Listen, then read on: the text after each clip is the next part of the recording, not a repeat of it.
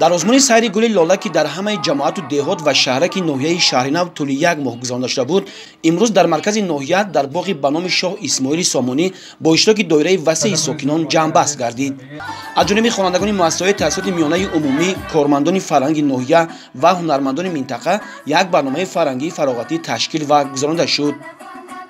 бояд гуфт ки дар ин озмун муассисаву корхонаҳо ва маҳаллаҳои аҳолинишин фаъолона иштирок намуда, тибқи анъана корҳоро аз тоза намудани кӯчаву гулгаштҳо, хонаву ҳавлӣ оғоз намуда, эҳёи табиатро бо шинондани ниҳол, гулу гулбута, корҳои ободкорӣ пешвоз гирифтанд.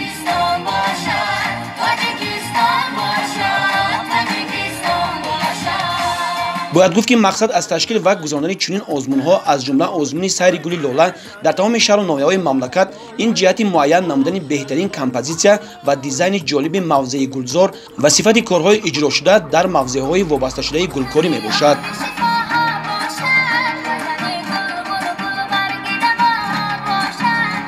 дар охири чорабинӣ аз тарафи намояндагони мақомоти иҷроии ҳокимияти давлатии ноҳияи Шаҳринав ғолибони озмуни сайри гули лола муайян гарда ба онҳо тӯҳфаҳо ва сипоснома супорида шуд. гузориши Хуршед Ҳалимов, Соҳибнур Абдурасулов аз ноҳияи Шаҳринав барои барномаи иттилоотии Навид.